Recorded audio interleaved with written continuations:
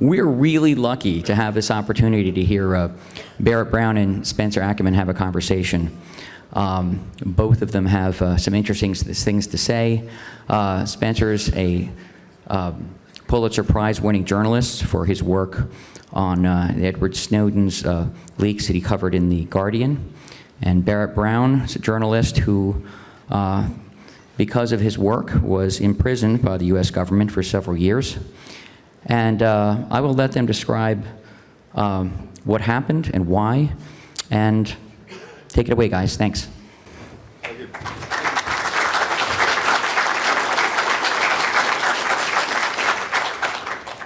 So, in 2001, I felt compelled to read The Corrections by Jonathan Franzen. It seemed like it was getting a lot of good reviews, a lot of positive reception, and I was still pretty young and, thought that that's, what you ought to do as a conscientious person is read these, ambitious social novels that were, trying to make a statement about the United States and contemporary life within it. And I read through it, and I won't lie, I like The Corrections. The Corrections is a fine novel. It's okay. There's one line in it that really stuck out to me, which was a section title by seeming to encapsulate the life of the kind of son character whose name is long forgotten to me. And the section title was "The more he thought about it, the madder he got." That's the only thing that I remember from that book. I remember thinking after I was done with it, like, this was fine. It wasn't what it was billed to be. It doesn't really have any particularly memorable turns of phrase. Otherwise, I wouldn't be stuck, recapping a section title. And this guy just fucking hates women. But I didn't really have much of an understanding of why I disliked it so much until Barrett, while he was in prison, wrote perhaps the greatest review of anything that will ever be written by Jonathan Franzen. Does he have to really? Like, okay. This would be a whole lot better if I, figured out the Wi-Fi and got the part of of the section that my iPad had called up for it. But look, it was really good. Why did you write that you don't like contemporary fiction? I wrote that partly out of ignorance and partly out of arrogance. I haven't read a lot of it. I mean, if I look, I've read enough to know that I didn't want to know more about it.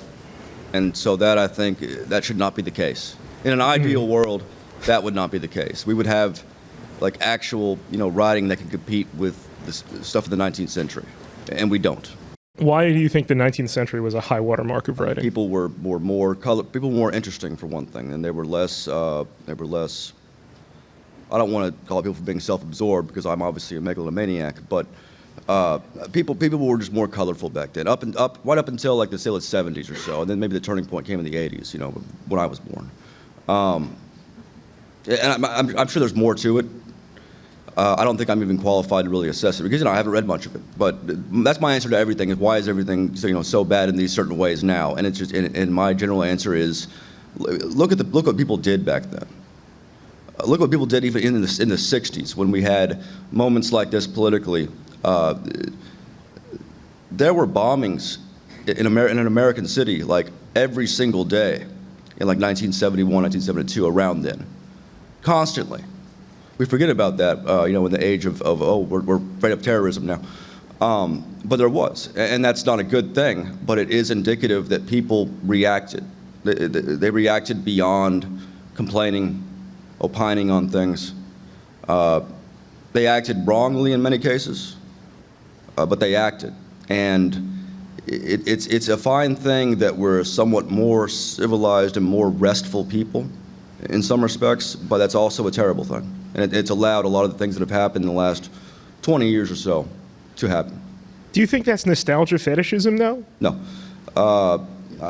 There are many things that, since the beginning of recorded history, we have people complaining about how everyone this generation is lesser than the previous generation. We have that in the Roman Republic, up until today. That's something to be guarded against. But I think it would be hard to argue that people are as willing to take on established ideas and power in ways that are of risk to them and require sacrifice compared to, say, the 18th century, 19th century. There is no Simon Bolivar today. Mm-hmm.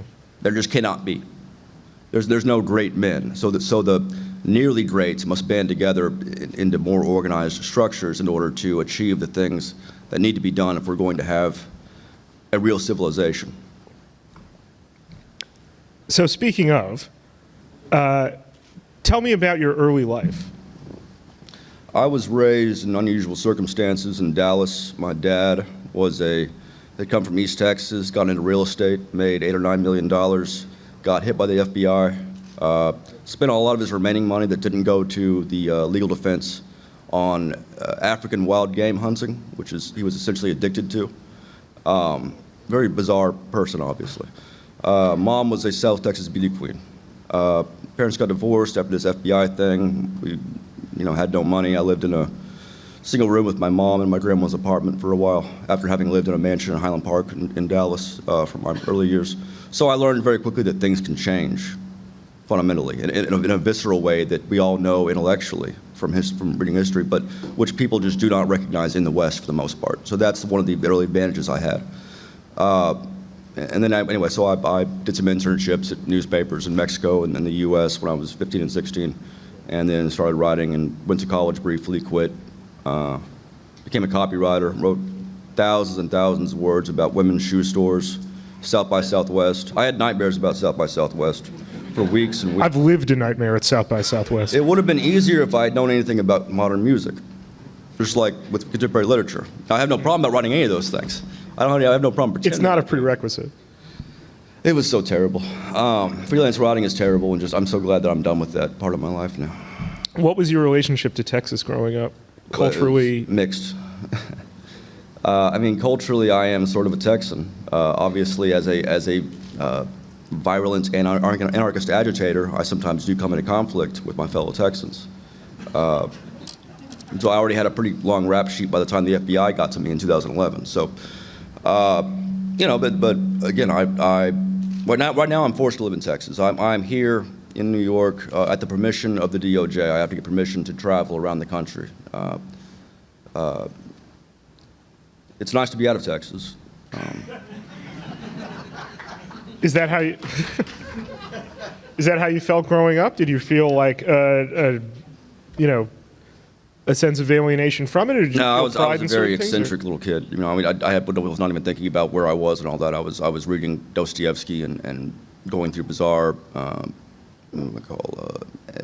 neuroses, just various neuroses that had nothing to do with Texas whatsoever. None of that stuff was important to me. What was important to me was Dostoevsky, essentially. I was a weird little kid. Where would you say, growing up, at what point would you have considered yourself political or interested in political? Very, very early on, around 10 or 11, I was a Marxist. At that point, I tried to start a communist cell in my Episcopal middle school. I did get one other member. Got in trouble, almost got expelled from that school. I then almost got expelled from my high school as well. Then I just moved to East Africa with my dad and my uncle. Well, they got involved in some. Oh, I guess I should have noted that I moved to Tanzania when I was 17. I was about to get kicked out of this high school. And so my dad and my uncle, who are both just bizarre adventurers, again, very against the modern grain, I respect them for that, went with a bunch of ex-military guys to East Africa to go try to start a business cutting down rare mahuhu and mahogany trees to sell to Europeans. And they never cut down a single tree. It never happened. The whole thing was a disaster. It was an educational disaster.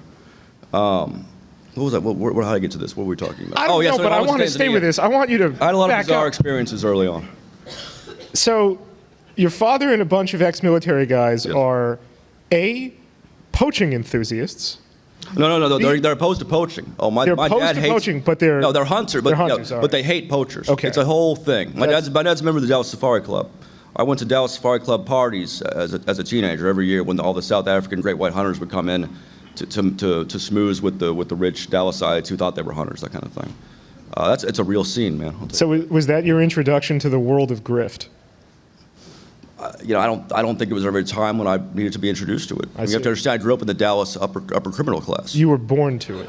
I mean, a lot of people, other people that my mom dated at different points also had, federal run-ins. I mean, very few people I knew who didn't, I guess, during that early time. How influential on you was your father's experience with the FBI? I oversold that when I later on, I know that the FBI was always sort of a dirty word to me growing up.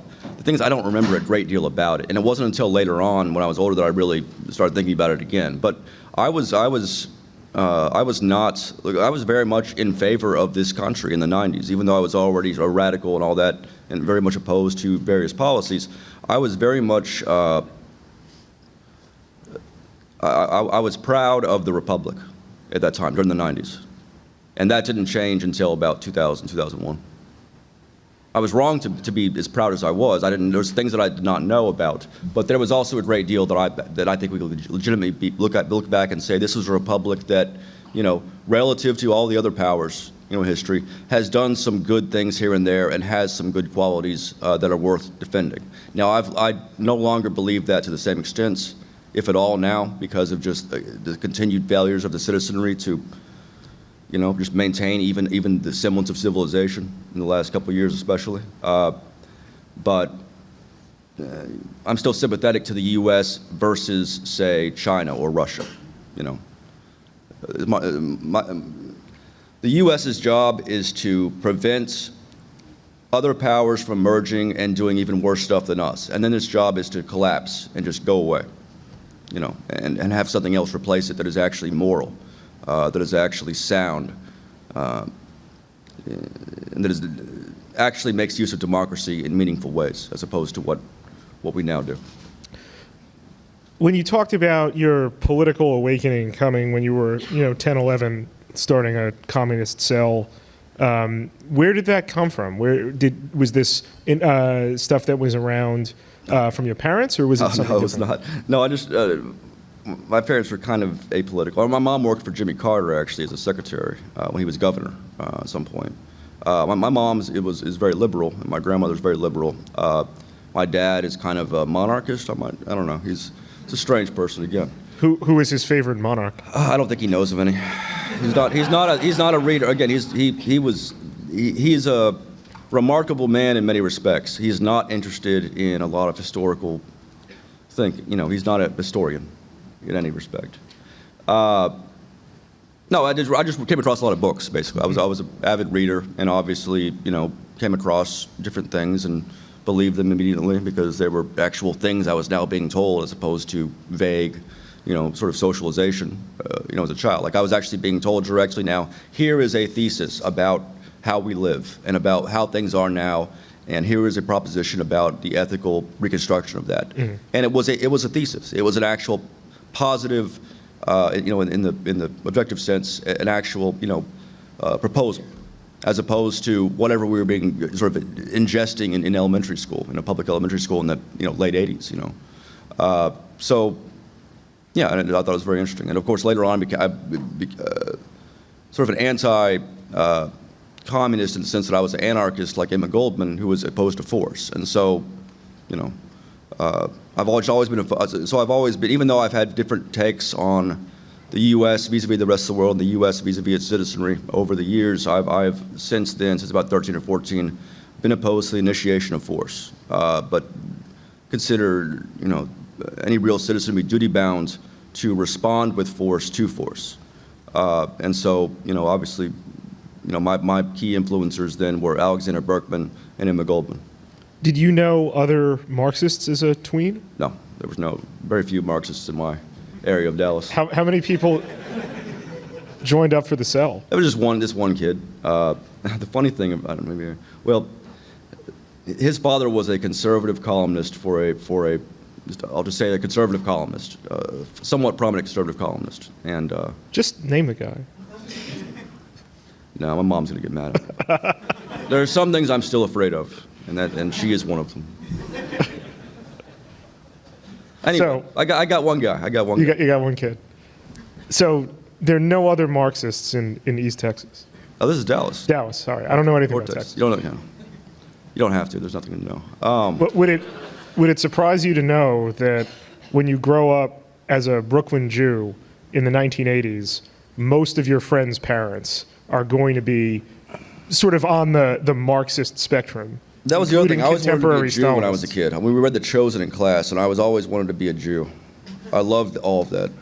I just loved the culture. I mean, again, Can I just tell you it's not what it's cracked up to? I know it's not fun, but I mean, like we were talking earlier, what we do isn't fun. If we really enjoyed life, we wouldn't be doing the kind of stuff we're doing. Exactly. So again, I think I would make a good Jew. Is all I'm saying. We're happy- Again, all my icons happy were to- Jews. You have to understand, all my intellectual, icons were of Jewish descent. They were, practicing Jews. But I mean, that intellectual tradition was always very influential to me. Well, can I tell you a story about? Are you familiar with the term "red diaper baby"? Red diaper baby. Yeah. Is anyone that's- familiar with this term? Is this? Yeah. Okay. So, red diaper baby is what it sounds like. You're the child of Marxists. Right. Depending on people have a very touchy relationship with whether they identify as communists, whether they identify as Right. socialists. I've noticed sort it. of everything in between. Yes. I'm not telling you anything you don't know about that shit. But among the things that Brooklyn Jewish Marxist parents do is send their children to Jewish Marxist summer camps. I've heard of those. And one of them, which I attended for 5 years, is called Camp Kinderland on the Massachusetts-Connecticut border. If anyone listens to Katie Halper's podcast or likes her comedy, she's probably our most famous alumnus after the Children of the Rosenbergs. True story about that. One of the things they do to inculcate you in the virtues of socialism, or alternatively, as they would probably describe it, nurture a holistic sense of personhood and socialization, is that when you have sort of your care packages come from your family, they confiscate them. They're looking for candy, and they want to make sure that there's an equitable distribution of candy relative to campers. This is referred to by the Yiddish word kassa, and the idea is, after everyone, gets their bounty of kassa collected, then they give them out for each according to his ability and each according to his needs. And what this teaches you as a child is how to construct a black market. You team up with your friends. There's, the inherent flaw in this system is that there's a chore wheel. And one of the chores on this wheel, the one that everyone wants because you'll be, profiting off it, is to be the person who goes to collect the mail on that particular day. And so, some packages will fall off the back of a truck. You conspire with your friends and rival, casa crews. To collect them at a particular point in time. Then you have your bounty of candy, and by the time that the counselors go away, you construct a market for it, and this can be in the form of actual payment for whoever happens to have money around. Not that it really does you any good. You're like 12 years old when this happens. Yeah, But more importantly, influence, favors, backsheesh, stuff like that. So you really learn how to peddle influence, and it teaches you something I think very valuable about socialism. They should, now that they're not able to make good mafia movies anymore, now that they've just lost their Right. talent has failed them, I think they could shift to a Jewish Marxist summer camp movies. Yeah. I would watch that. I would. Wow. My daughter already has a kind of Ray Liotta-ish laugh, so she would be good at that. As far back as I can remember, I wanted to hoard candy and make sure that I, stole it from other children. So, at what point did your politics transition toward the anarchist end of the spectrum? When I read Alexander Berkman, I think I was 13 or 14. I read there was a volume that was a collection by someone up here in New York who ran some kind of Berkman archives. It had some of his prison writings, for one thing, and it had some essays, ABCs of Anarchism, blah blah. So I read that. Yeah, I was 13. I remember this. I remember what grade I was in, and that. Although I was later influenced by others that I would briefly there was other counter arguments to his exact form of anarchism that I later ascribed to for some times. And though I consider him naive in some senses, again, the idea of propaganda of the deed obviously, struck me as important. Then I realized that Emma Goldman was by far the better thinker, also by far the better propagandist, the better orator, and I grew more and more focused on her as opposed to Berkman. Just got around, but I didn't get around to actually reading her full autobiography, which is called, I think it's called My Life or Living My Life or something, until I got to prison. I just sort of read, just essays mostly about her for the most part. Anyway, so that's the answer to that question, I guess. At what point in growing up did you become sort of, I guess, the parlance of the time, very online? You mean with the internet, or? Yeah. Oh, okay. I did not grow up with the internet, and I'm always curious about it. Right, yeah. No, I was of that generation that as a child, didn't have the internet, and then around adolescence, the same time everything else is opening up, the internet suddenly becomes available. And there was a Time magazine issue, which Time magazine is a great children's magazine, and I read it voraciously, and there was an article like 1993 or 5 or something called The Strange New World of the Internet, and that was the cover, and the whole thing was filled with just things about BBSs and about spam and about, just all of these new things, and I was just enchanted by it. My mom, my parents had known a fellow in Dallas. His name is Sam Wiley. He was recently hit with the largest tax judgment in the history of the United States. He's a billionaire, backer of Ross Perot and all that. I grew up playing with his kids when we were rich, and then afterwards for a while. He was very nice about letting us, even though we were no longer rich, we still got to go over to his house. He had a Bloomberg terminal in 1989, 1990, before, you had internet anywhere. Upstairs in this third story of the house. It was this, this green glowing terminal that was, I could have understood was receiving information that was not easily accessible by others. I looked at that and saw this is a thing of great power. And, when the internet came, in the form, in my case, of eWorld, which was the Macintosh, the Apple, no one know eWorld fans here? All right. A little bit before America Online. From then on, obviously, the first time I messed around with a girl was a girl that I met on the BBS in Dallas, when I was 14 or whatever. From there on, obviously, I was, fascinated by. I don't care about computers at all. Like, I don't care about, technology really as such. I don't care about how they work. I care about how you now, for the first time in human history, can reach anyone in the world theoretically, and how you can now those people can now be organized in ways that, for thousands of years through our entire history, geography has been the limiting factor in social organization, the chief limiting factor. You have nation states not because they're the best solution, but because they were, or prior to nation states, you had, the equivalent of nation states, you had, territorial governments like we still do, not because people sat around and figured, oh, this is the best idea, this is the best way of doing things, but largely because that was what you could have. You could not ally yourselves with people in Cusco from Rotterdam, and the fact that is now entirely different, that fundamental element of organization has suddenly, in historical terms, relatively suddenly, has now changed, is a vastly profound fact that kind of gets lost in how we see the internet. The internet is a silly thing to us. It is silly sometimes. It's hard to look at it as what it is, and obviously the people in this room, for instance, are better at understanding it, than maybe the average military contractor or the average, technologist, working, whatever. But it's something you have to think about and rethink about to really understand what we can do with this thing.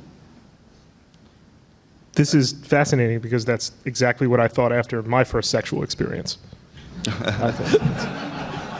It was a great sexual experience. It worked out very well.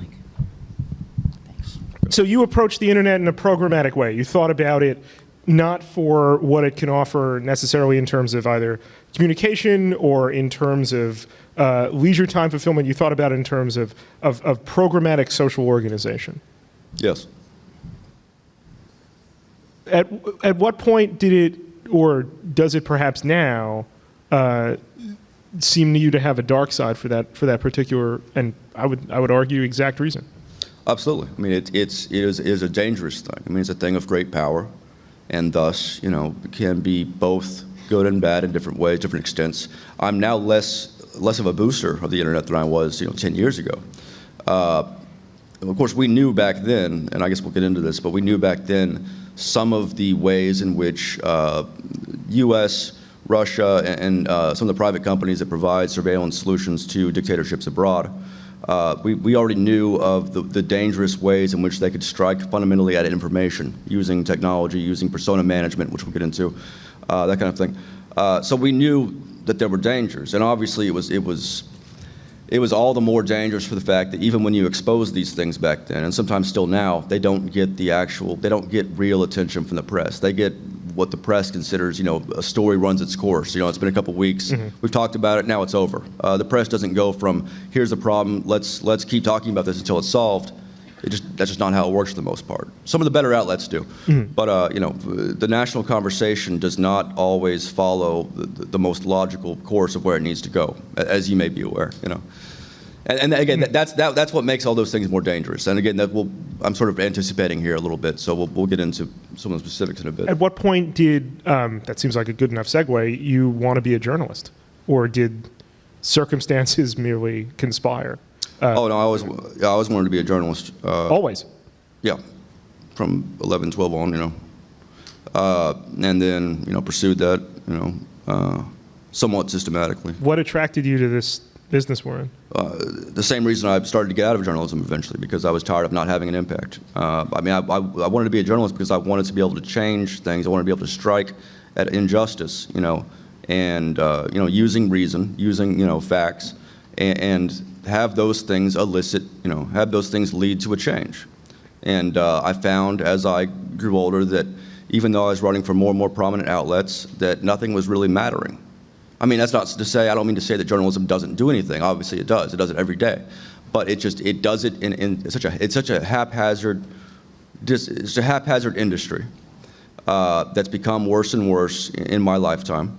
And so it was not enough for me at a certain point to be a journalist. Now I wanted to be something more archaic, something more 18th century, a revolutionary, essentially. I mean, who were you reading around the time that your desire to be a journalist really blossomed, and what did that, or how poorly or successfully did that prepare you for this transition that you were alluding to? What was I reading? Again, Dostoevsky was something I was reading all throughout adolescence. Jesus Christ. I love Dostoevsky. There was nothing in particular that I read that made me want to. I can't remember the reasoning that went behind this. I just remember wanting to be a journalist. Did the writing attract you? Did the process of gathering information attract you? Sorry? So oftentimes when I talk to journalists, they fall into one of two camps.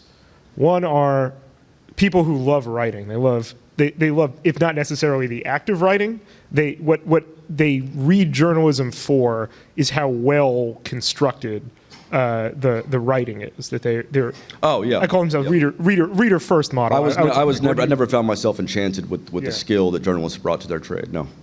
That was not the reason. It's the reporting. It's the gathering. It was what it was supposed to do. It was its function as a central nervous system of a republic or of any citizen-based system of government.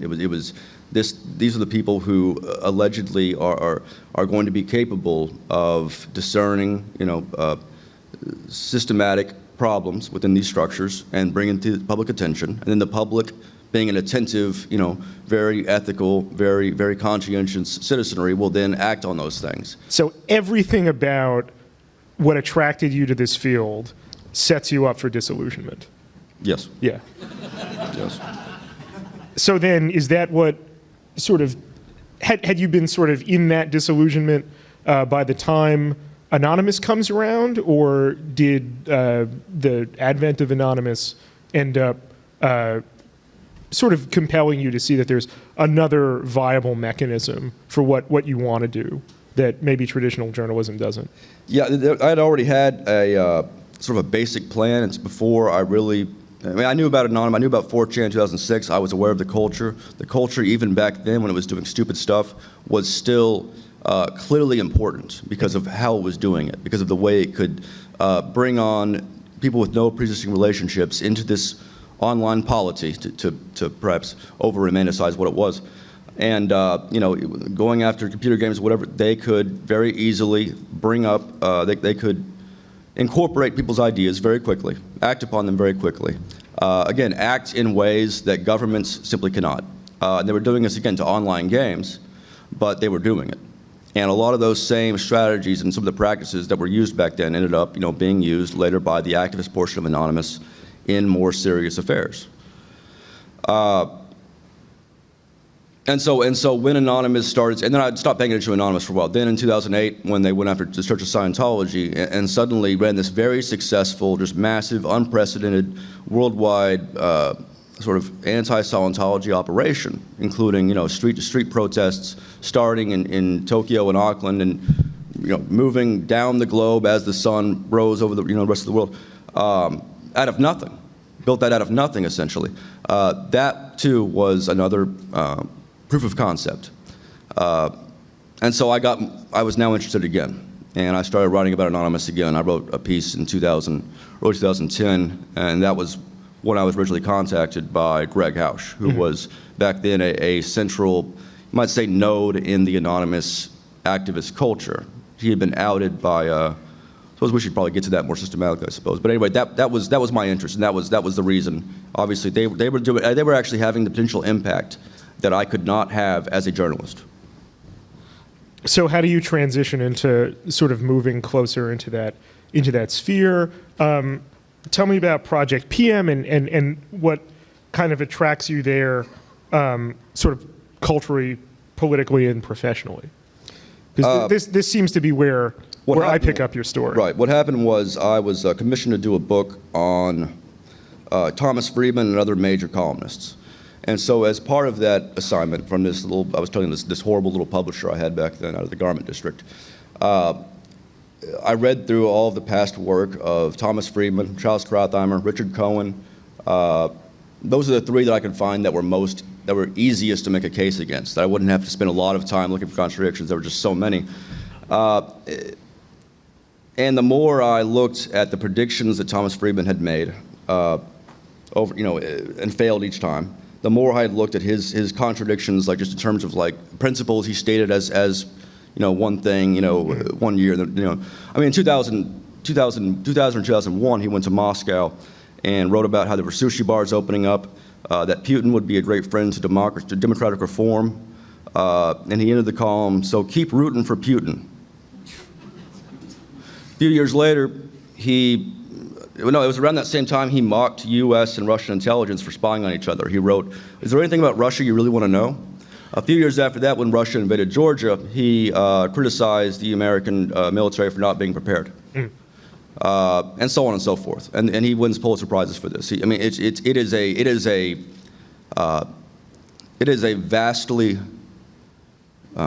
significant symptom that person, nonetheless, is a celebrity journalist. Charles Kratheimer is even worse, of course. He's gotten everything wrong, including the surge, which he originally said would not work and then decided had worked. He didn't even get the normal Republican consolation prize in terms of being right about Afghanistan, Iraq, blah, blah. So you're writing this book. Writing this book, and it occurs to me this is all horrible. And this is a horrible symptom. This is something that, and now that I've dug it up, now what? Now what am I going to do? I can't force the New York Times to acknowledge the great deal of damage they've done to the world by virtue of their failure to take it seriously what they do, take seriously their institution of a columnist. I can't do that. What I can perhaps do is set up a cartel of some of the more erudite bloggers and have them, set up a methodology of forcing attention to certain issues by all coming together on a single day and saying, this is Thomas Friedman Day. Today we're going to all write about Thomas Friedman. The producers and editors at the professional outlets are going to have to acknowledge this. This is where they get a lot of their story ideas. They'll either have to acknowledge it or look terrible. That was my original idea. Then Project PM evolved into something else because we had a lot of non-media professionals signing up for it as well. And so we had the idea of civic networks that would work similar to these original blogger networks. And so the idea for this mass collaboration platform, which is now what I'm focused on doing, it germinated with my hatred of Thomas Friedman. So. Well, we're going to get to pursuance, and I really want to. At that point, this is like 2010, so 2009, 10, maybe 11. Yes, this is 2009, 2010. So tell me what you thought about WikiLeaks then, how you interacted with them, and what the organization meant to you. Well, when I first heard of WikiLeaks, it was already being pursued by the U.S. government, and it had it had run, for one thing, some files about some of the U.S.'s prisons in Guantanamo. I believe that they published a Guantanamo, like, either top secret or whatever, some level of classification. Was this before or after Collateral Murder? It was right before it. Okay. And then Collateral Murder was coming out. And I remember I was asked to speak about WikiLeaks a lot because I was one of the few people who was semi-professional writer who was had been talking about them at this very early point. And so I went on a bunch of radio shows and sort of spoke in defense of that. I remember speculating what Collateral Murder would be, like what they said it was going to be. Anyway. And then I found that the U.S. was like trailing Julian Assange through Iceland and through everywhere else, State Department officials, whatever. I don't know how much of that was exaggerated, but obviously there's no exaggerating the fact that there was a concerted military operation to go after Julian Assange. And the New York Times ended up reporting that around the time of the Collateral Murder release. And so I was very much enthusiastic about WikiLeaks existing. I was enthusiastic about Assange jumping out into the vacuum here and sort of serving as a leadership role in an effort to enforce transparency on fascist institutions. And so that was obviously something I remained interested in, and then of course got involved in eventually. That's interesting because it seemed like from what you were saying, you were interested in WikiLeaks' political potential rather than the revelations they were putting out. Sorry. Or did I misunderstand you? Say again? It seemed from that answer that what interested you about WikiLeaks was its political potential and its political implication as an enemy of the US government. Absolutely. So less what they were actually publishing than more than what they represent. Yeah, I was not particularly interested in, exactly what degrees of war crimes we committed and which ones. Like, I don't really follow the specifics of these things. I mean, it's enough.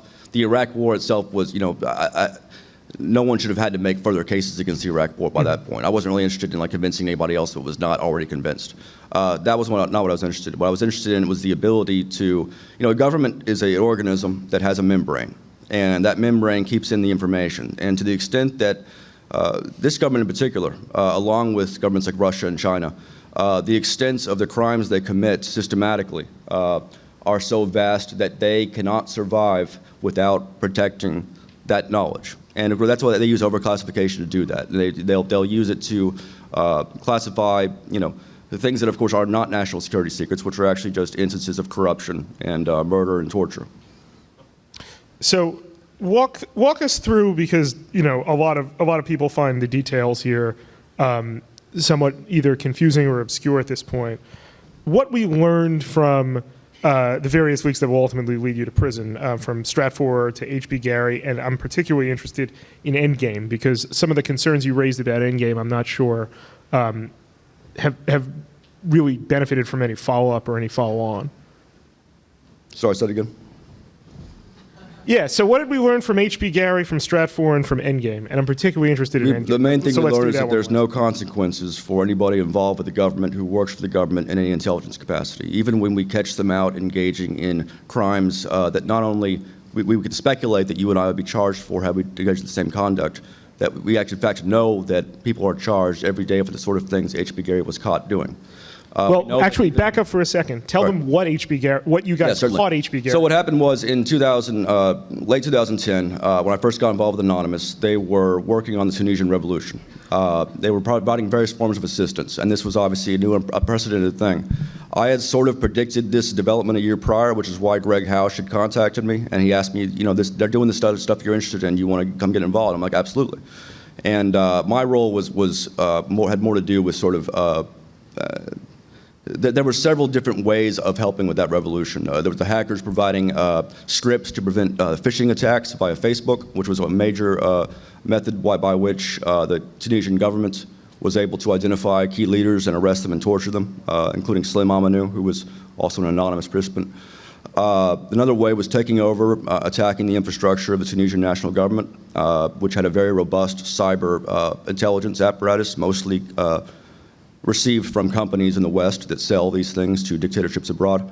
And then there was a degree of media strategy, putting people in touch with. I worked with Michael Hastings to bring attention, first of all, to the fact that a revolution was happening. Mm-hmm. Before, I think about January 1st, 2011, there had been one single article in any publication abroad in the English-speaking world to the effect that there was a massive revolt in Tunisia. And then when Anonymous got involved and they started taking over these websites and replacing with messages to the Tunisian people, the articles that came out of that, it was clear the authors were not aware that this was being done in tandem with an actual revolution on the ground by Tunisians. That's how poorly covered it was. That was always an interesting, something that struck me as very interesting. But, and so anyway, so it came about that a fellow named Aaron Barr, who was one of these intelligence contractors, ex-military, ex-CIA, this guy was ex-Navy, running a company out of, I think, either Virginia or California, I forgot where H.B. Gary Federal was based, had been spying on us. He had come to the IRC channels, which were not secret places, these anonymous IRC servers from which a lot of this work was conducted. The non-op server in this case is what this one was called. He went to Financial Times, went to a naive journalist there, and told him that he had developed a method to identify Anonymous's secret leadership and used terms like the captains. He said this guy Q was our leader and he was about to be replaced, and just stuff that anyone, even who was not involved in this, based on existing knowledge about what Anonymous was, could know was false. Have you ever gone to SOFIC or any DARPA conference or convention or other military contractor convention? No. You would really. They come to me. So. It's very true. There are lots of people like that who sell this sort of snake oil. Absolutely. And so the Financial Times article runs. We find out that this guy's been spying on us while we're trying to help Tunisia, achieve democracy. We don't like that. A couple of guys, including Topiary, Tiflo, some guys that I would get to know that I didn't know that well at that point. I was informed that they would be hacking them the next day, the HB Gary servers. Then they did so, stole 70,000 emails, destroyed some of their data, wreaked havoc on his social media accounts, obviously. And from those 70,000 emails, we were able to start painting this vast picture of this industry, this intelligence contracting sector that worked with both U.S. governments and private companies and governments abroad to conduct surveillance and propaganda operations and that sort of thing. And so that was now my new focus. And this was also when we learned that H.B. Gary was designing essentially propaganda attacks, what, for lack of a better term, we'll call false flag operations against Glenn Greenwald and against WikiLeaks, right? Yes. Yeah. Yeah, so Team Themis, this was a consortium of companies, HB Gary Federal, which is run by Aaron Barr, Palantir, which has managed to avoid a lot of responsibility for some and a tremendous amount of scrutiny as well. We know very little about Palantir still. Yes, and this was back before Palantir was as well known as it was now, obviously. I mean, it was already well known to people who know things about this kind of thing, which does not include me. These are all alien stuff to me. I didn't know anything about this stuff. I don't know anything about intelligence. It's not something I'm interested in, but it's something I was now rubbing up against. And so these companies, along with In-Game Systems and Barrett, they had set up a consortium called Team Themis, and they were going to provide private espionage and sort of surveillance, disruption, black ops to different firms. In this case, the Bank of America and U.S. Chamber of Commerce had gone to the DOJ and said, hey, we're Bank of America. We have a problem with WikiLeaks. We think WikiLeaks has our documents. We want to find someone to help us go after them. And the DOJ, which of course is a concierge service for corporations, it turns out, even under a Democratic president, said, okay, great, here's a firm called Hunton & Williams. It's a lobbyist law firm. They do black ops. Here you go. Here's your introduction. So Hunton & Williams gets both U.S. Chamber of Commerce that wanted to go up against very mainstream, very sort of milk with toast, just watchdog groups like Stop the Chamber that are they're not like Black Bloc. These groups, these are just people who are like, we don't think the Chamber of Commerce is a very good thing. Let's talk about it. And so these guys, Aaron Barr and the guy from Palantir, Matthew Steckman and Eli Bingham, who although one of them was later put on leave after this all came out by Palantir, Matthew Steckman. When the press stopped paying attention 2 months later, as they tend to do, he was promoted. He's now their DC guy. Anyway, so these firms, they put in these proposals in which they were going to go up against Glenn Greenwald. They were going to force Glenn Greenwald to choose between, quote, career and cause, unquote. They were going to commit DDoS attacks against WikiLeaks servers and just anyone else who they felt like attacking. They were going to infiltrate left-wing activist groups, again, very mainstream groups anyway, provide them false documents, supposedly from the U.S. Chamber of Commerce, have them put these documents out as a leak, and then point to the falsity of these documents as evidence that these groups can't be trusted. That's something that, in the specifics that we've looked at, that could have very well led to fraud charges for these innocent people. Did you ever find that occurred? Sorry? Is there evidence that occurred? No, these were just proposals. I mean, again, they had not yet gotten the contracts. They had gotten sort of requests for proposals from Bank of America and U.S. Chamber through Hutton and Williams, and so they wrote up some little slides with Palantir's logo right there on them, and H.B. Gary's logo, saying all these things. And that's why when it came out, like about a day after the emails were released by Anonymous, that quickly became a story, and it was a very intense story for about a month. It got covered quite a bit. Obviously, the hacking elements helped to sell that to the press. I mean, it was a very colorful thing back then, and that's something you can definitely get past an editor or producer. They love that stuff. That was a great advantage back then in terms of being able to focus attention on certain issues, the novelty of hacking back then. Just DDoS attacks, just attacks that are really insignificant. They can take down a website for 2 seconds. If you tell reporters they're doing a DDoS attack, right, they're on it and they want to know why. And we don't often think about it in terms of defacement. We think about it in terms of some sort of amorphous, nefarious threat that we don't really understand, but it's called cyber. Right. Yeah. Yeah. So other things eventually came out of these same emails and from a few other data sets, including Stratfor and a couple of lesser known ones over the next year. So the Stratfor one is fascinating to me because before this hack, I thought of Stratfor as a really bland, vanilla corporate grift. If any of you guys are familiar with what often get termed corporate intelligence firms, it's very often people who come out of the State Department or the CIA telling businesses like really basic Wikipedia-able information about countries in which they want to do business. And now all of a sudden you see Stratfor, your fellow Texans, talking about intellectual defacement, talking about potentially rendering people, getting beyond what sort of the sense of intelligence firm we understood to be analysis and into the operations side of it. Yes. That seemed to be really just a tremendous addition to what we had previously known about what Stratfor was. What I've never really understood, jumping forward a little to what'll lead to your arrest, were there charges brought against people who did the original Stratfor hack itself? No, I mean, because those people, in fact, were just normal run-of-the-mill. What happened with Stratfor was there was some just conventional criminals who had at some point intruded into the server for conventional theft reasons. At some point, in some way I don't really understand, that intrusion was essentially passed on to other people, including several people associated with Anonymous, including Jeremy Hammond and, of course, Hector Monsegur, the FBI informant, Sabu. Who we not yet know was an FBI informant, had been caught, identified, and turned secretly a few months prior. At any rate, so that infiltration was now in progress, and so now you have activists in there, and they want the emails. And in Jeremy Hammond's case, he also wants the credit card numbers to donate to charities and stuff, which made things difficult. But so they extracted the emails over a long period of time. Again, I don't understand the mechanics of a lot of this, but it took them a long time, and they found now they had 6 million emails or so, going back 15 years with Stratfor. And so when they did that hack, and they had them, and this was announced, there was now a discussion, because for some reason Jeremy Hammond and less Sabu, mostly Jeremy Hammond, was working out of my IRC, the Project PM IRC at the time, in part. I mean, obviously he was working out of other places, but there was other people in Project PM involved in this. Project PM being my crowdsourced research group.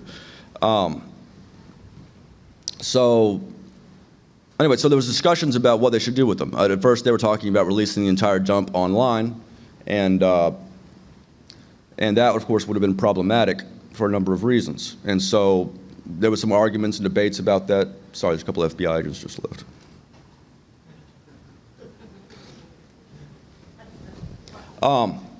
So those guys right here, I saw them outside. They're fucking FBI. They're ex-military. Anyway, All right. like I said, they come I to can't me. see shit. There's lights in my face. Well, you get used to it. You learn how to spot them. Anyway, so what were we? Oh yeah, okay. So the problem was if they had dumped all these emails, now I'm less distracted now that they're gone. I can be a little bit more cohesive and. Okay, so the problem was had they dumped all those emails online, which has been a standard practice with the HB Gary emails. Again, those were dumped online immediately. Right. And there was no problem because there was nothing in there that could get anybody hurt. It was all just them talking to other companies and government agencies and being just crazy, just silly and blah blah. But with Stratfor emails, there was a potential that they had contacts in foreign countries under authoritarian regimes that could have been hurt as a result of this release. So I said, look, why don't I call up Stratfor and tell them, look, these hackers, you know who I am. These hackers have these emails. I want them redacted if they're going to dump them as they're saying they're going to do. So just let me know if there's a way that you guys can go through this and figure out what would be most dangerous in these things, and I will make sure they're redacted. And then this all became unnecessary because eventually they did, as a couple of us have been arguing for them to do, just give them to WikiLeaks instead. So WikiLeaks now had them, and they could make those decisions, and it was no longer up to us, a group of amateurs and maniacs, to decide what should be done with these emails. And of course, it turns out the entire Stratfor hack, ever since the point at which Sabu was involved, along with Jeremy Hammond, in taking on the intrusion and taking it over, had been aware of the hack the whole time. Stratfor had been aware of the hack the whole time. Stratfor had been told by the FBI not to tell their customers that they'd been hacked. They've been told to just operate as normal because, again, they wanted Jeremy Hammond in prison. It's very possible that they wanted, I think Sabu tried to sell the emails to WikiLeaks. And if that's as an entrapment mechanism? Yeah, and if that's the case, and again, there's some things that are unclear, and some things have been misreported, so I want to be careful about not putting forth anything I don't remember entirely. But my understanding was that Sabu had originally tried to sell the emails to WikiLeaks, and so that might not have been the original intent, was to entrap WikiLeaks, but that was something that may have grown out of it, or it may have been just his handlers read and said, oh, that's what they should do now. But certainly they wanted Jeremy Hammond in prison. It's possible. I mean, they were already focused on me for a long time, and this was what they originally charged me with. But I don't know if Stratfor originally, from their standpoint, had anything to do with me originally, from the FBI's perspective. The FBI had been, and this is something that's also reported differently in different places because of journalism being kind of haphazard. But so Stratfor was not when the U.S. government started investigating me. The U.S. government had secret search warrants for me starting in about March 2011, a few weeks after my ongoing role became clear in exposing and writing about these HB Gary, Palantir in-game systems kind of deals. And a lot of the stuff I did with that was very kind of behind the scenes. It was more in the way of passing on to better journalists, who know how to do research, which I really don't. I'm really a commentator. A lot of it was that on the order of that. But the fact of the matter is these companies all knew what my role was, the FBI knew what my role was, and that's when they started investigating me. So that's why my search warrant on March 6th that was executed 6 months before I was actually arrested didn't even mention Stratfor. Stratfor had happened 5 months previous. Didn't mention Stratfor. It mentioned HB Gary, in-game system, which was one of the ones that we actually did a good job of thwarting. We really stuck it to in-game systems. They could no longer do after that the things that the NSA have wanted them to be able to do, and it's because Aaron Barr, is an idiot. And Project PM, my group, and Echelon2.org, which back at that point was our wiki on which we compiled this information. And so that was what their interest was. That was always their interest. Stratfor later became the thing that they could use to charge me without having to talk about HB Gary and in-game system, all this stuff, which was so much worse and just so much more indefensible. So with Stratfor, what fascinates me about what they actually get you for is the importation of a link to the hack. So in essence, it's not even alleging that you are a hacker. You are hack adjacent in order to do what journalists do, which is understand the implications of what information is exfiltrated, in this case illegally, from this organization that now we know is involved in private intelligence operations, which is, all the more interesting to me from what you said about how people who had already had access to the hack or conducted the hack itself were not charged. So all we're talking about, and this is, I think, what, from a journalistic perspective, made your case so risible and offensive, is you were doing nothing extra journalistic, even though very often you were portrayed as being a ringleader of Anonymous or a ringleader of operations related to WikiLeaks. Well, it was easier for them to go after me than it was for most of the journalists because I was an active proponent of Anonymous back then. I was obviously incorrectly referred to as the official spokesman for Anonymous, a number of times for a year by like major outlets that should know better, because they all sort of copy off one another. Some Bloomberg person called me the spokesman. I complained. He said, "Oh, it's our policy." Right. Policies just say things that are. And then when someone's rewriting it, it's always in a journalist's interest to provide very quickly and succinctly evidence that the person he's talking to has some official role in something. And so that being their impetus, my impetus is to not be maligned, not be libeled, and not be depicted as something I'm not. Their impetus is to get an editor interested and say, "Oh no, I've got this source here. He's a spokesperson. He's the strategy director. He'll just make up titles." But I was very clear about what I was and wasn't. But I was, in fact, a partisan of Anonymous. I wasn't like embedded with them, as I said. Like I wasn't like just reporting on them. I was actively involved, and that's the problem, is that they had all these. The FBI had all of these communications. They had with me and the IRC. So at some points, I was involved with certain factions that were very active. Again, the Tunisian Revolution. Like again, I wasn't reporting on Tunisian Revolution. I was helping to facilitate it. The H.B. Gary stuff. Again, I was doing a lot of reporting there, but I was also calling up Aaron Barr and vice presidents of Booz Allen Hamilton at 7 in the morning and bitching at them and recording it, for fun, because I was never a professional person. Well, in retrospect, do you think that the revelations that these hacks reveal about H.B. Gary, particularly about in-game systems, really received the journalistic scrutiny that they required? Did we get to ground truth about what these companies do and who they do it with? Do you think that if we still report through what those extant hacks were, we would get closer to it? A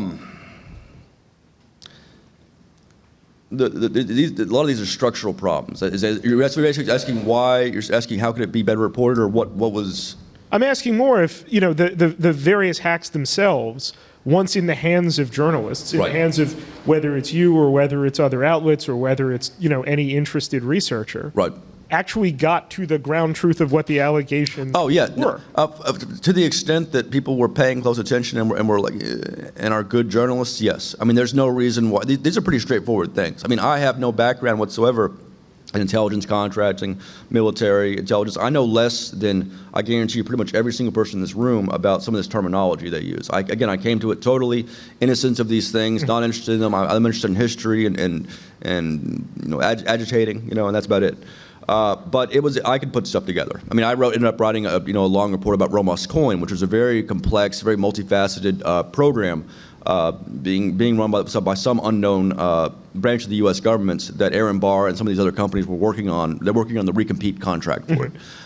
Aaron Barr, despite having been depicted as this ineffectual clown in the press coverage in the immediate aftermath of the H.B. Gary leaks, had in fact been actually very much at the forefront of some of these technologies. One of them was this Romos Coin apparatus that he had helped develop while he was at Northrop Grumman. And people can later they can go look at the Guardian article I wrote about what that is and look at the original emails that we used. But we've never really figured out what it is entirely. It obviously has components of both propaganda and surveillance. It's directed largely at the Arab world. It makes use of very esoteric things running from like natural language processing to cell phone web games.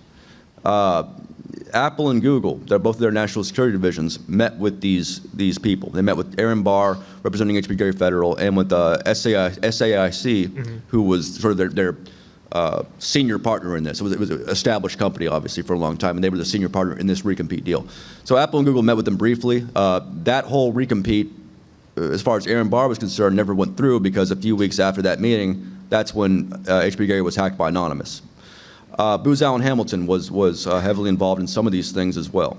They were involved in some unspecified operation against both Anonymous and WikiLeaks that Aaron Barr flew out to meet with this particular Booz Allen VP for. Again, these are all things in the emails that kind of got lost in the fog early on, and that eventually what I found was the best way to ensure these things are covered are to just pass on a tip to an established journalist elsewhere. So did any larger news outlets try and partner with you to go through the journalistic implications of these leaks? Yeah, and so mostly no.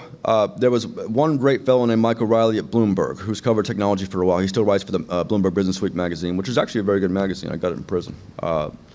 But anyway, he was very attentive the whole time to these things. Before, around the time the HB Gary hack, when it was first happening, I reached out to a certain contact at the New York Times who had just recently written about something else I'd done regarding Egypt and Tunisia, and said, look, these guys have now acquired 70,000 emails from this intelligence contracting firm. There is no information whatsoever in the public space about these firms. It's an industry that has ballooned up in the last 10 years. Mm-hmm. They are involved in propaganda and surveillance operations that we do not understand. Would you like to look at these? And he goes, that doesn't sound like a New York Times story. A few weeks later, after everybody had started doing all the work, the New York Times reported on it.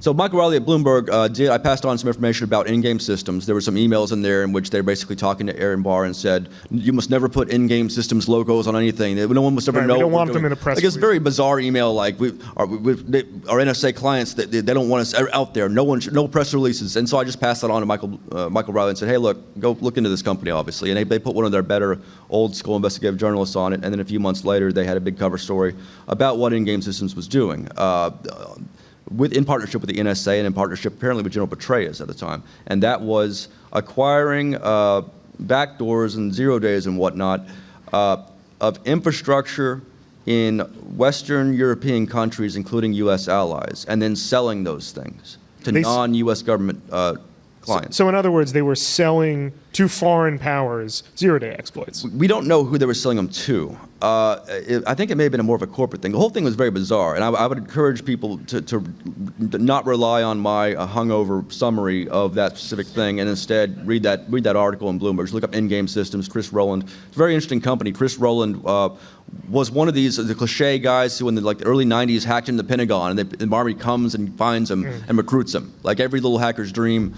from those days. That's Chris Rowland. He's the guy who founded that company. Anyway, so it turns out they were doing something very bizarre and indefensible, and then when it went public, they said, okay, we'll stop. I mean, that was essentially it, and there was really no further coverage by the press in general. It speaks to what getting this information is such a small part of the job. Getting it to press is such a small part of the job. Just getting these people to understand this is important. You need to be focusing on this. You need to be doing, here's these materials we've just got from you at great risk. Many Bothans died to bring us this information. So take it and go write about it, please, because I can only do so much, and I don't even like doing this stuff. So, it was always an uphill struggle to get any of this stuff covered in a meaningful way. Aaron Barr had to resign from HB Gary in the immediate aftermath of a deal because, this HB Gary thing was on the Colbert Report. It was on CNN. It was a huge thing for a while. I went on NBC Nightly News. They came and interviewed me a couple months after this, talked about all these things like, oh, these are giant killers. Here's Barrett Brown. He's an underground commander in a new kind of war, is what Brian Williams said, no doubt exaggerating. And didn't even talk about what HB Gary was doing, what we had discovered. They just said, oh, they hacked these companies, and then on to something else. And, it was... the easy part. I've always been a media critic first and foremost. That's been my. I'm interested in how information flows and how just the mundane, day-to-day, just inefficiencies of the journal, the structure. Our writer-editor structure that dates back to 17th century London and hasn't been revised since, for the most part. Hasn't been fundamentally revised. How that works and how that leads to things that certain people think is all propaganda. As in, there's obviously a popular notion that when they see these things that are errors in the press, it's intentional.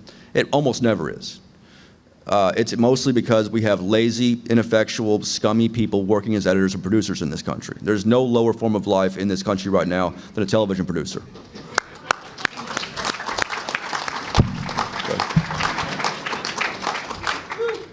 Truly the laziest people on earth. I hope they're not recording this, are they? we're both fucked now. I think we're not getting booked. You're fucked more than I am. Yeah. So you spend a couple years in jail, which honestly I feel like that's the most well-known aspect of you. So to me, I want to spend the least amount of time on it, but the audience may feel differently about that. When you emerge from jail, how do you assess the forward progress or lack thereof of this movement that you had been so associated with, and in particular, the interest and demonstration of collusion and a new kind of sort of evolving power between this sort of corporate intelligence network, Right. nexus. Because it seems like it sort of, by the time you're released, just drops off the face of the earth. Yes. So Anonymous, there was no good reason why Anonymous should have been a sustainable thing. It was entirely, there's no charter, there's no structure. We were lucky that certain talented people came together at a certain time and place, were able to work together for a while, achieve some things, and then a lot of them either got arrested or disappeared and hid, you know, or just got lost interest, got sick of certain aspects of it and left. So Anonymous deteriorated very quickly after 2012. It's now basically, its infrastructure, to the extent it has some, is like kids with Facebook profiles with Guy Fawkes masks, almost none of whom are competent. And now many of seemingly whom are, co-opted by the alt-right. Yes, and many of whom are cultural. Yeah, and that's something I had been told. I had heard about this from prison, so it wasn't a total surprise when I got out and saw it. But it's just, this was something that should not surprise any of us. There was, it's a jellyfish. It's an organism, but it has no exoskeleton. Now that was good in some ways. It was agile. It could do these things like incorporate people very quickly and respond, in ways that, again, an institution, a government just simply cannot do. So that was why ultimately, my intent upon getting out was to build something that could take that same agility and that same, those same very unique qualities and systematize them a bit, allow an exoskeleton to grow up around the organism as it evolves, without constraining it further. Now, we won't get into that yet, but so on the other issue, obviously over the 4 years I was in prison, years ago it was very difficult for me to go to mainstream prominent people and say, hey, I'm starting this massive global cyber union. I'm some kind of crazy anarchist, would you join it? That was a harder thing to say back then. Now it sounds less crazy. So by the time I got out, a lot of people were looking for, some way of. There was nothing they could look to, and it still remains nothing they could look to as this is something we can depend on. This will eventually save us from this process.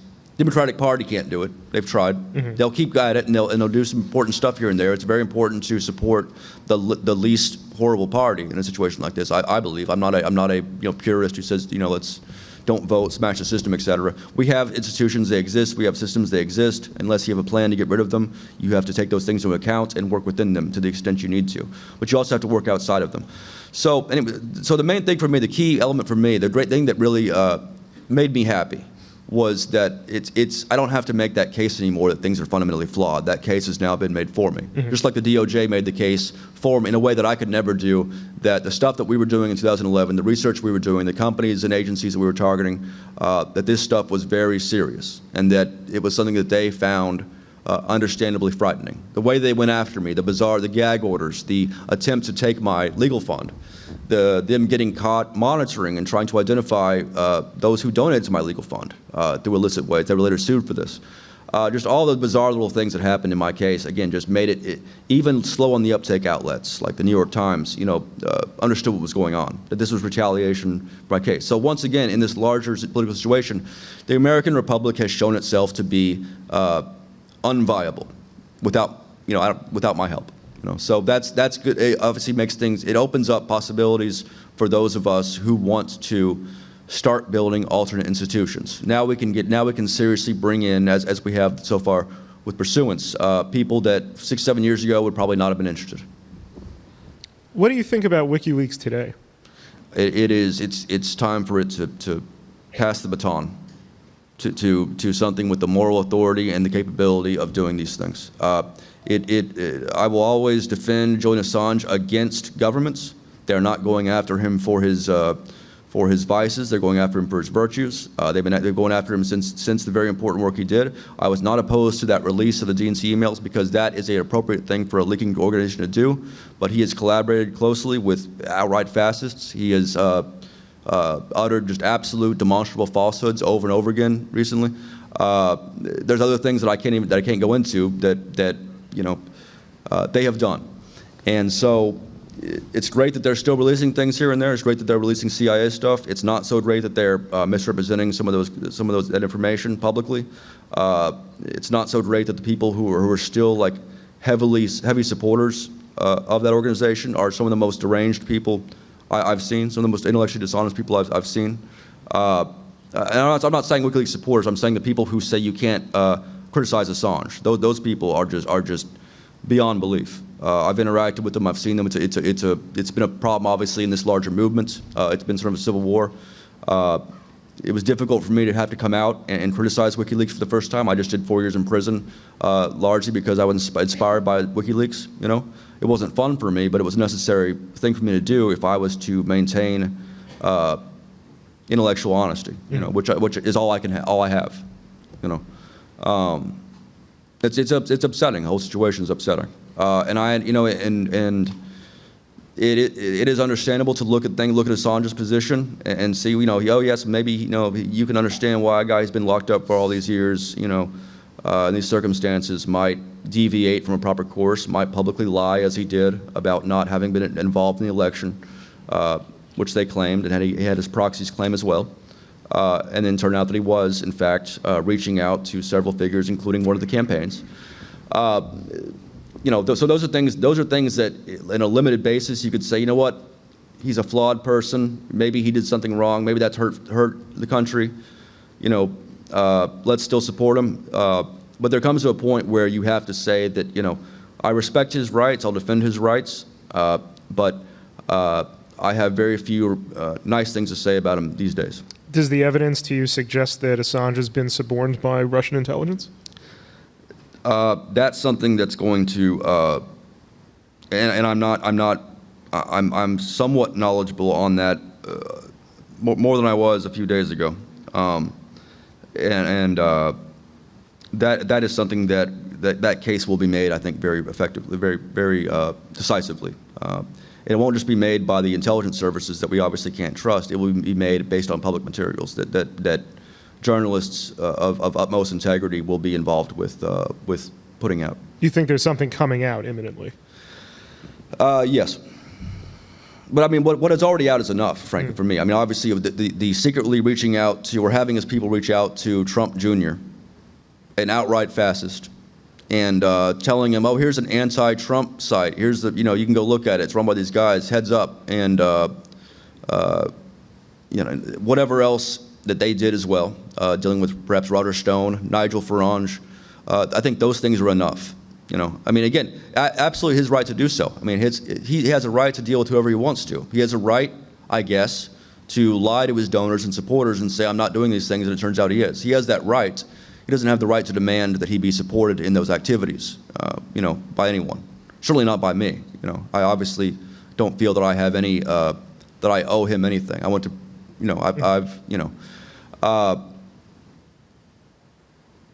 And so again, but it's one of those things where reasonable people can disagree about the extent to which he should be criticized, and it's not something that I you know, feel like you have to ascribe to my exact position on WikiLeaks, which continues to change, you know, as new facts come out and as I become aware of things.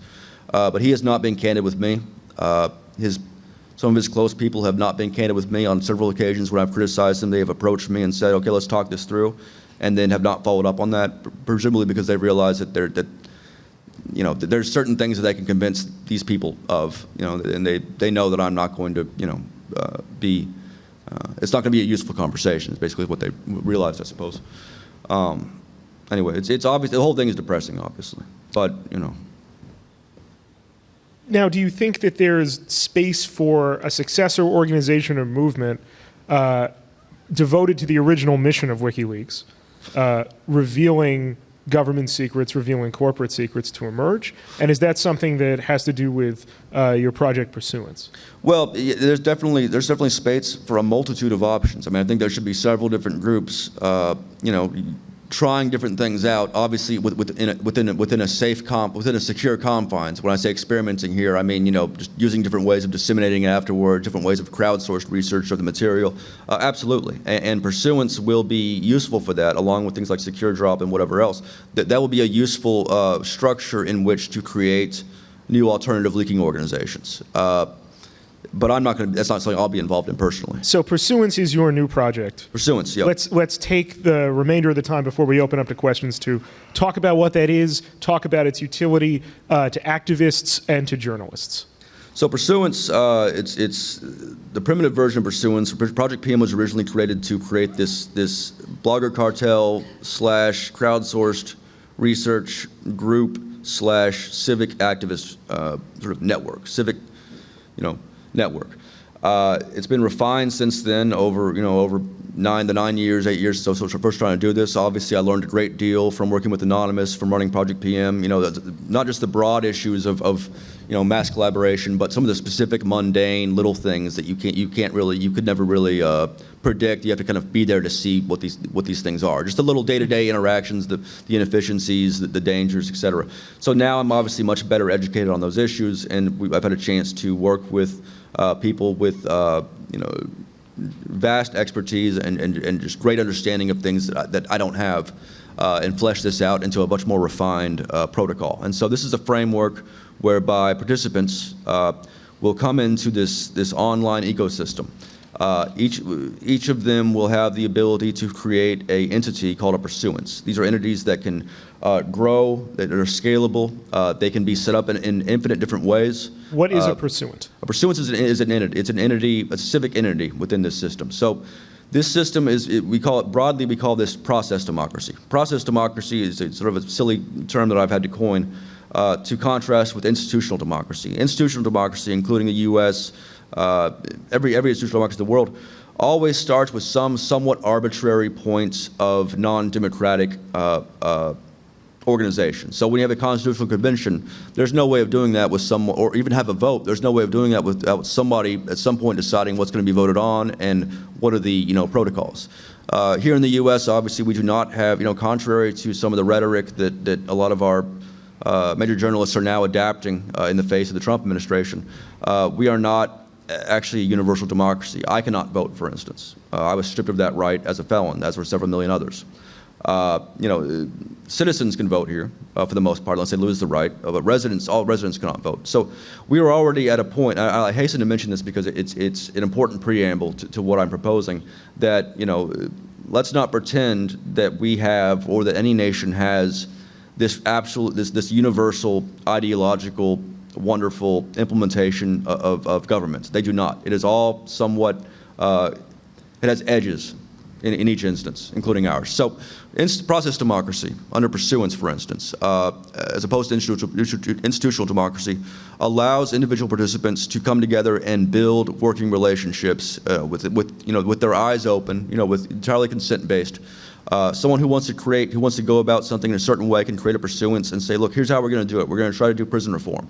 Here's the basic idea of what we're going to try to do. I'm creating these positions for someone to come do PR, whatever.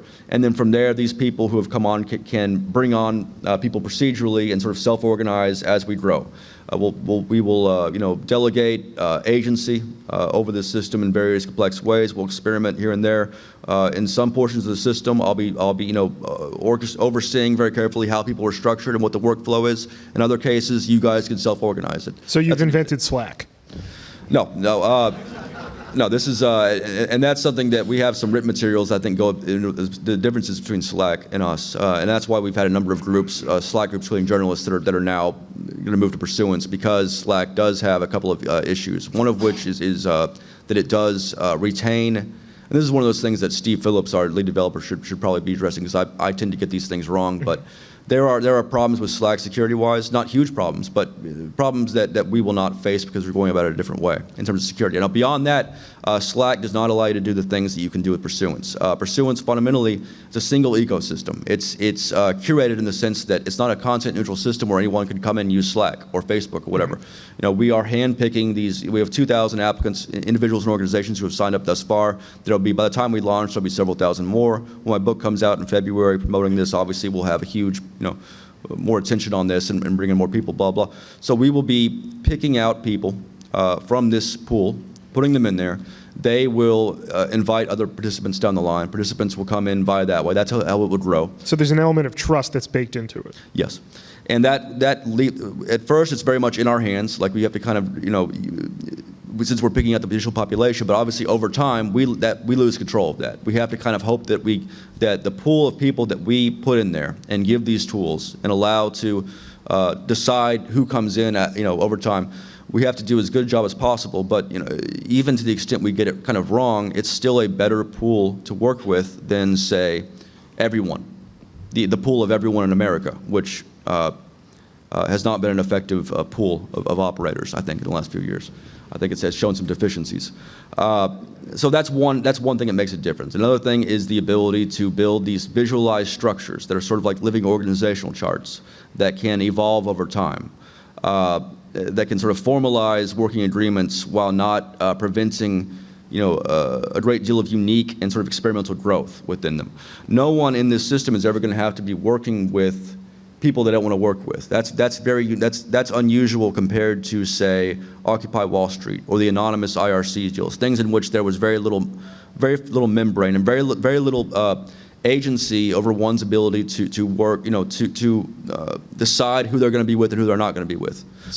So one security question that occurs to me hearing you describe this: what sort of user information are you, as project pursuants, going to be storing? No. Because talk about that and talk about the value of that, because it sounds like there's a tension there between what you're going to have to know about your users for the trust-based element and what users can expect from a security element. From our role early on in selecting users, it doesn't even require you to have an email address. Doesn't require you to give us your real name. You'll basically, and we'll announce the exact parameters, but you'll have to send us a paragraph basically, and at the right time we'll talk about what that paragraph is.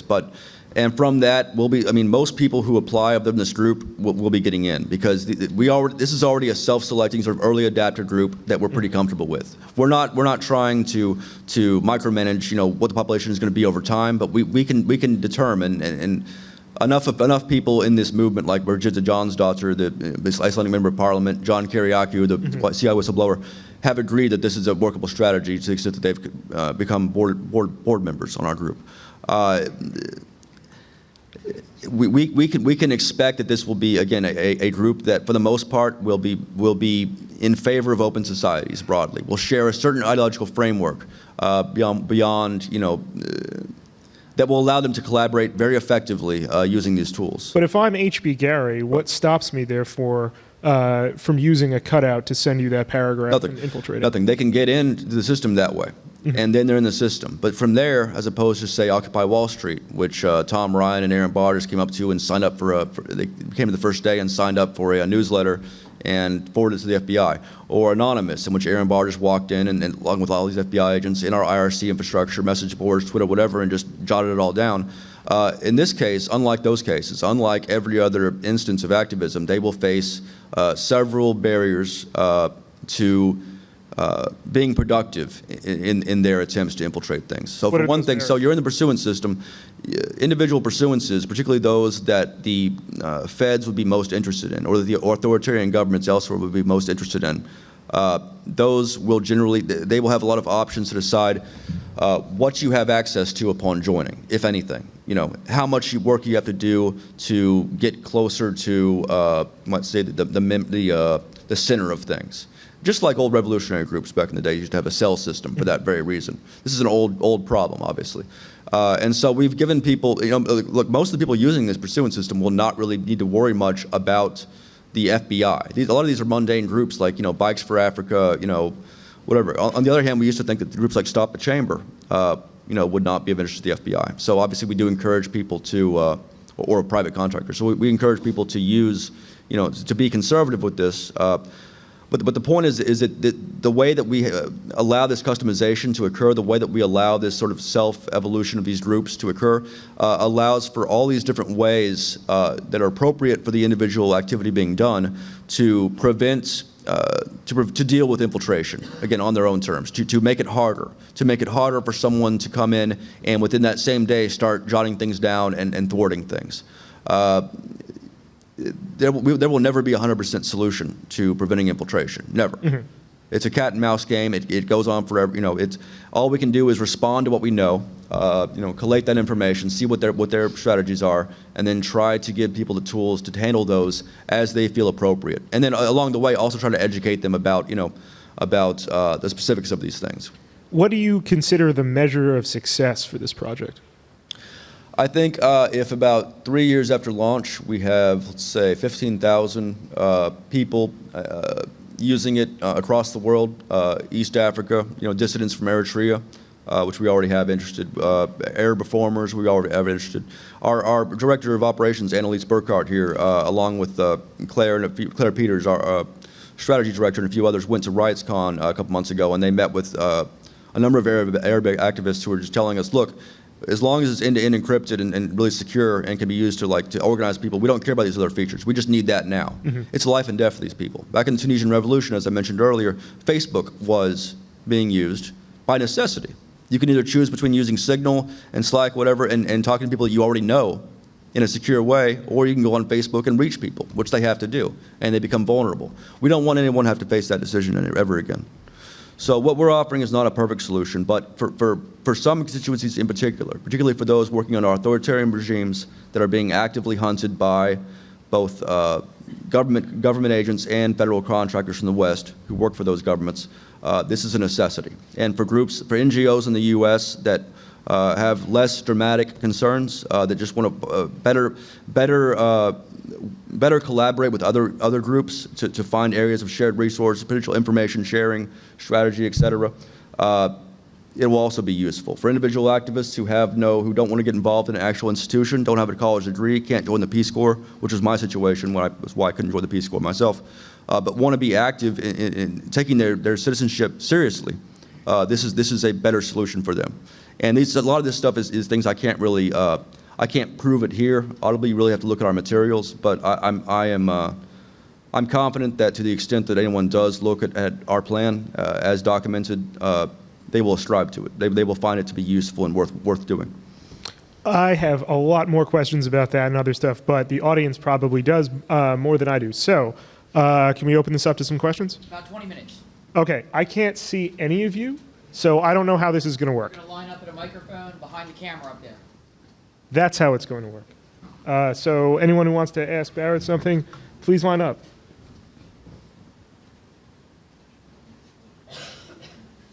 For real, no one? All right. Go to the camera, go to the microphone. That's not a viable path.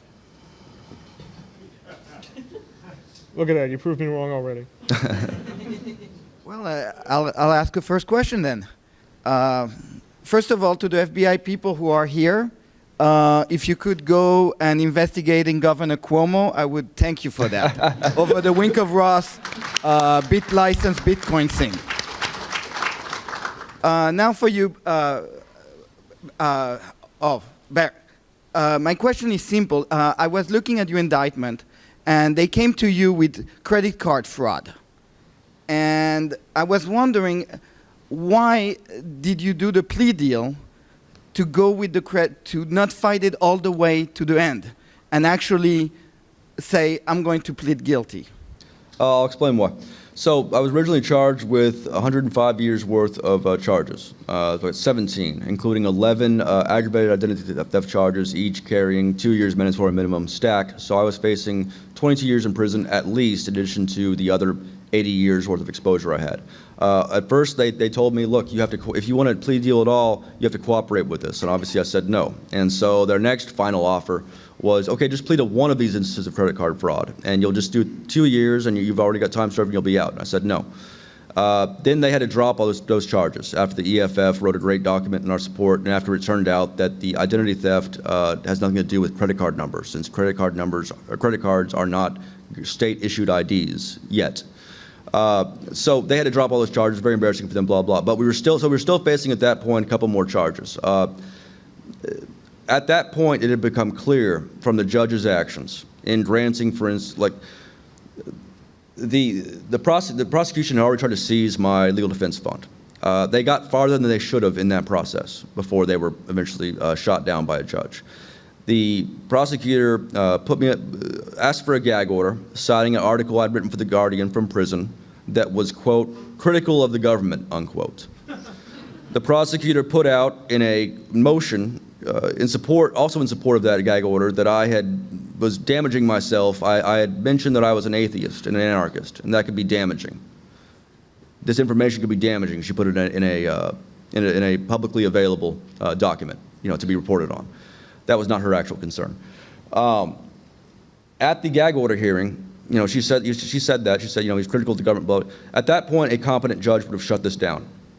They would have said, this is unusual that you're saying that it's about these credit cards, but you are investigating them 7 months before that credit card thing happened, and the credit card, the company, Stratfor, was not mentioned in the search warrant. Those were things that should have occurred to a judge, and they did not. If you look at the transcript of my sentencing hearing, you'll see some other just bizarre things happen. During my allocution, I asked the judge, I know that all my property's been seized and forfeited or whatever. I was wondering if, from the evidence list here, if the copy of the Declaration of Independence that the FBI took from me as evidence of a crime, the only book they took from my house, if that could be returned to me. Instead of realizing this was a sarcastic reference to the fact that this was an insane trial, the judge considered the motion and then later granted it.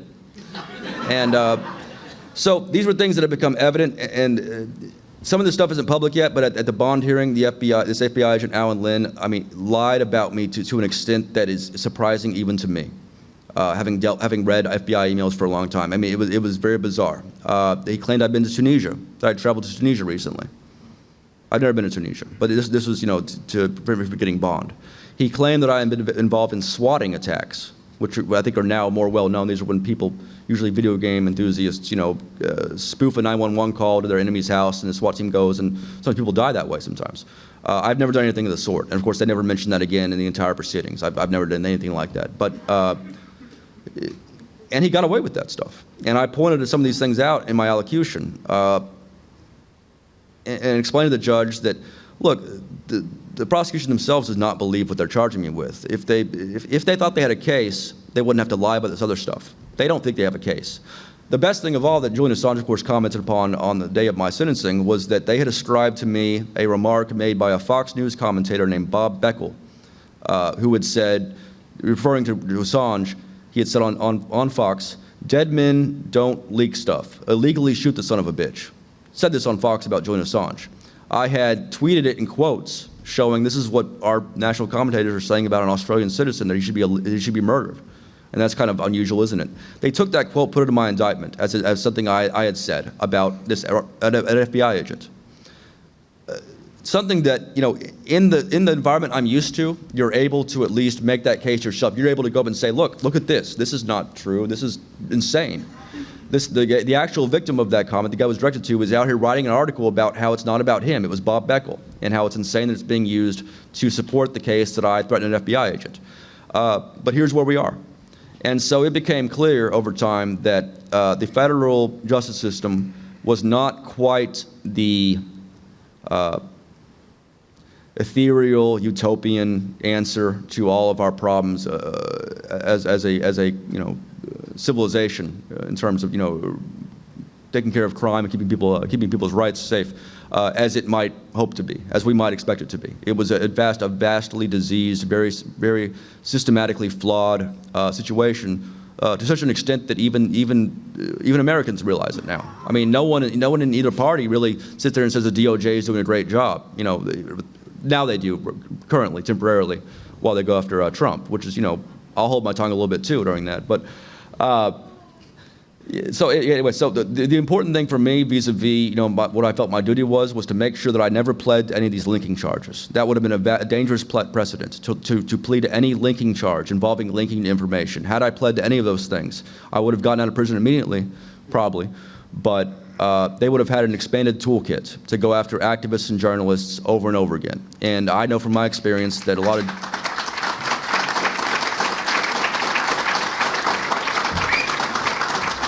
So I had no problem pleading to accessory after the fact for Stratfor, and that accessory after the fact, the conduct was that I called Stratfor and tried to redact information that could get people killed.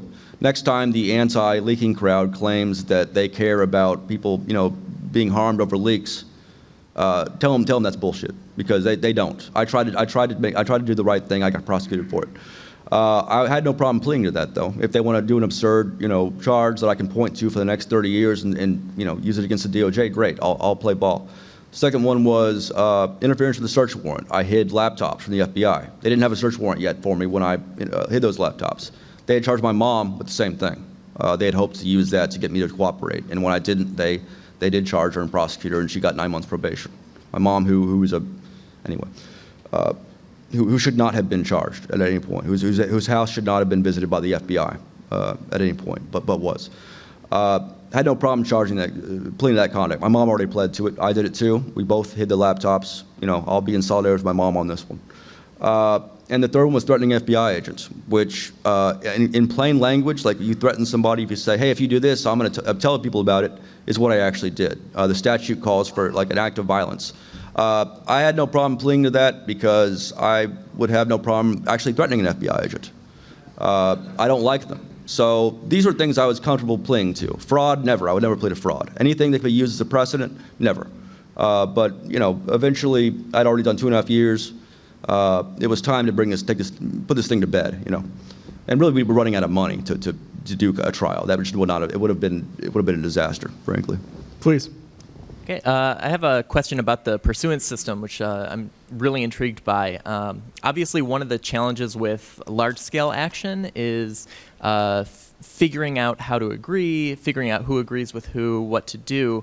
I'm wondering, both in your past experience, what types of insights do you have to how to do that with large groups online, and what is your thinking going forward with the pursuance system for how to enable people to reach consensus with each other, decide what actions to take? Yep, thank you. So there's a great deal that I learned that the sort of thing that, there are some problems you can kind of think out without seeing them in action, without really being experienced with things. There are some things you can kind of deduce. There are some things you can't. And there was a lot of stuff that I learned in Anonymous of that latter sort, these frictions that occur when you bring people together. One of the things you learn that I emphasize a lot is that the FBI infiltration and all that is less of it's always a threat, but it's less of a threat than the simple fact of people who do not belong in activism coming into a space and disrupting things. It is a widespread problem. It's not fun to talk about because you have to malign people. You have to point out that there are certain people who don't have the temperament for it. They don't have the skills in some cases. In some cases, they are unwell. And those are the people who will start accusing people of being CIA immediately. All it takes is one person to disrupt an effective group of 100 in an IRC or in a meeting somewhere. One sustained sort of poor behavior by a single participant. So is very important to me that everyone, and that was why a lot of people who were very talented in Anonymous left, because they didn't want to deal with that anymore. It was the noise, the signal ratio was just deteriorating. Again, look at Anonymous now, look at the stuff that you see on Facebook. I mean, it's beyond belief. It's very depressing stuff. So it was very important to me that we have first of all, a structure whereby you could address that, whereby you could still be accessible, still create a group, and have people who should be in that group, who have skills necessary or who are interested in that cause, apply to it and perhaps join in some capacity. But it was also important that we make it so that no one ever has to work with someone they don't want to work with, that they are never forced into a space with that person. And that's especially true when you start looking into the sexual politics of the last several years, sexual harassment, all that. Now it's more important than ever to ensure that everyone feels respected and safe. And that you will never have that. You'll never have that in a system without the ability to bring that about. And so we wanted to have something that was very universal, to be customized, to be appropriate for all these different tasks, that NGOs would be comfortable coming and using to better interact with other NGOs and to better mobilize their supporters. Obviously NGOs and all these groups, nonprofits, they mostly use their supporters to sign petitions and make donations. And That's understandable because above a certain level of simplicity, things get complicated. There are risks involved now. There's no easy way of really harnessing the abilities and talents and energy and sense of duty of their constituents right now. And so, as we've shown in some of our presentations, NGOs and nonprofits, existing organizations, brick and mortar groups or whatever, or just Slack groups, can come on here and use it to good advantage without spending much time on it. There's no risks in that sense. And because these structures are visualized, NGOs or nonprofits and groups, and informal activist groups as well, can better see exactly where the possible areas of information sharing and resource sharing are in a way that's just not possible, that's not viable right now. It's something, anyway. Now, again, obviously, I should point out that a lot of these groups will be opaque, as in some of these groups working on the kind of stuff we used to work on, you will not be able to see the structures of them. They will decide exactly what will be available, even when you join in some capacity, and how much work you have to do. I think I've already explained that. But the key here is to give people the tools so they can make the decisions for themselves, that they can be that they can be exclusively within structures that they agree with, that they're going in with the informed consent that is denied to, say, American citizens, for instance, that we have a truly ethical alternative to what exists, and that people can take it and run with it, and that it will become something very important later on, these structures, as these people put their ideas into practice and build things that we can't think of. Please. So, Barrett, I know that you like to critique the media and that you're also very familiar with federal indictments and the federal justice system. And so I'm curious what you think about the way that mainstream journalism organizations report on federal indictments, such as the indictment last week of the Russian intel officers. A lot of news organizations obviously reported that as fact, or at least as plausible inference, and then a few national security journalists said, well, no, that's just an indictment. It hasn't been proven, so don't treat it as if... Exactly. Yeah. What do you think about that? Yeah, so this is one of those many areas in which nuance has not always been forthcoming, especially since I've gotten out. Nuance is gone. It's one of those areas in which you have to have a nuanced understanding of these things to actually have an educated, useful opinion on them. So, first of all, most journalists are not that great at covering federal trials. They're not that great at determining the more specific nature of the DOJ and what it does. Obviously, the last several major national, in front of everyone, DOJ cases, all of them collapsed at the end when it turned out that the prosecutors were hiding evidence. That's happened 4 times in the last several months, and not one. Maybe I'm missing something. There's not been one think piece or feature article say, "Is there something wrong with our DOJ?" Maybe it's not. It's just one of those things. One of those blind spots that a lot of journalists have, unless they are covering these things quite a bit. Unless that's their beat. In some cases, they still don't understand it.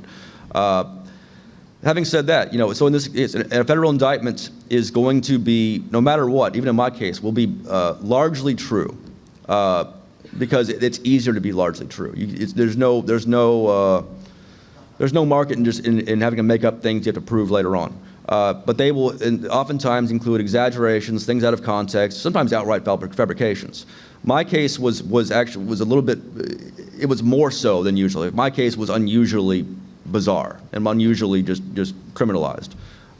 But the average federal indictment, again, it's going to say stuff that's true that they can prove, and then because they've now done that in the eyes of the judge, now they can throw in some nonsense as well here and there. And even when they get caught with it, as happened in the Pulse shooter's wife case, as happened in my case, it doesn't necessarily come back to haunt them. There's no repercussions. The prosecutors in all of these cases that got caught hiding evidence, including these prosecutors who are fighting each other in the press right now, these capital punishment prosecutors who are accusing each other of destroying evidence, they will go on. Their careers will continue. There is no real negative feedback in this system. So in the case of these indictments, I believe, based on the merits, based on the publicly available information that does not come from the CIA, FBI, things that crowdsourced journalism has yielded about the Putin kleptocracy and the Trump kleptocracy and the ways they've interfaced, I would be surprised if very much of this was false, but certain key elements might be. And that's not something I'm really qualified to go into further because now we're getting into, hacking issues. We're going into nature of servers. So that's why people, tonight, Marcy Wheeler is speaking at 8. She has been extraordinary on this case. She was a Russiagate skeptic early on, has since, changed her mind to some extent, is now kind of a key in this story. And so, we have to go to nuanced reporters to get this information, just like anything else. But obviously, as usual, and to an unusual extent in this circumstances, there's been a lot of silly, useless journalism around Trump and Russia, and around indictments in general, around federal indictments. We're running out of time, so please. I read all your work for The Intercept. I remember my friends and I would text each other when it was live because we just wanted to read it right away and thought your writing was really amazing. Are you not going to be writing anymore now that you're doing all the Pursuance Project stuff, or are you still going to? Yeah, I've got a book coming out, and I just finished the draft of a book a few months ago that's coming out from Farrar, Straus & Giroux in February. It's called My Glorious Defeats, and it covers a lot of the same material and also the pursuance system and sort of my, not really a manifesto, but sort of my take on media structures, institutional structures, and how we destroy them eventually. I do not want to be a freelance writer anymore. I don't want to have to try to deal with editors, frankly. I don't want to have to hustle for work I don't want to write very much. I would like to just oversee this pursuance deal and make the transition from journalism and writing to doing things. And with that, join me in thanking Barrett Brown. Thank you.